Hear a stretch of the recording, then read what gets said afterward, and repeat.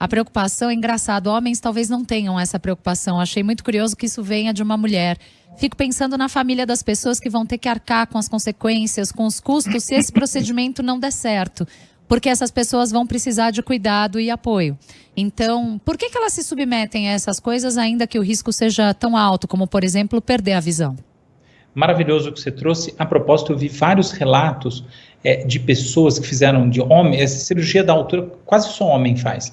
E eu vi vários relatos de caras que perderam o emprego. Tá? Isso é muito comum. E não perderam o emprego porque a cirurgia deu errado. Perderam o emprego porque tiveram que ficar 6 meses de molho. Então, de fato, existe a chance muito elevada de onerar a família. Isso pode acontecer. Eu só queria fazer um comentário, é que não necessariamente o risco é alto. Isso que é maluco nessa história. O risco é simplesmente desconhecido.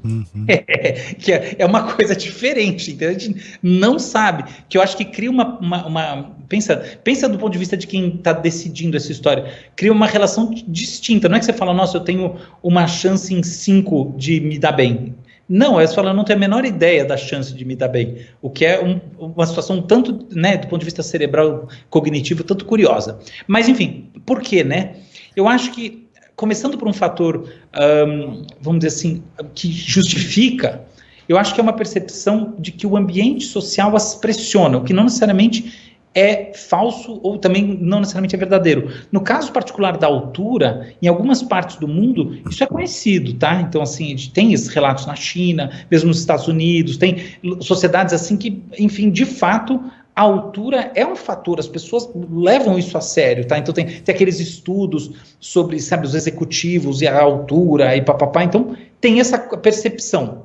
Agora, tem o outro lado, que é o desejo puro e simples de ter esses traços. O que para mim, a propósito, não tem nada de errado. Mas eu acho que o ponto principal e onde está concentrada a explicação é no dismorfismo corporal. Distorcida. Olha que curioso. Todos os cirurgiões que eu vi, sem exceção, disseram que as pessoas que procuram essa osteotomia, né, essa cirurgia que corta o osso, para aumentar a altura, não tendem a ser mais baixas do que a média da população. Olha que coisa curiosa.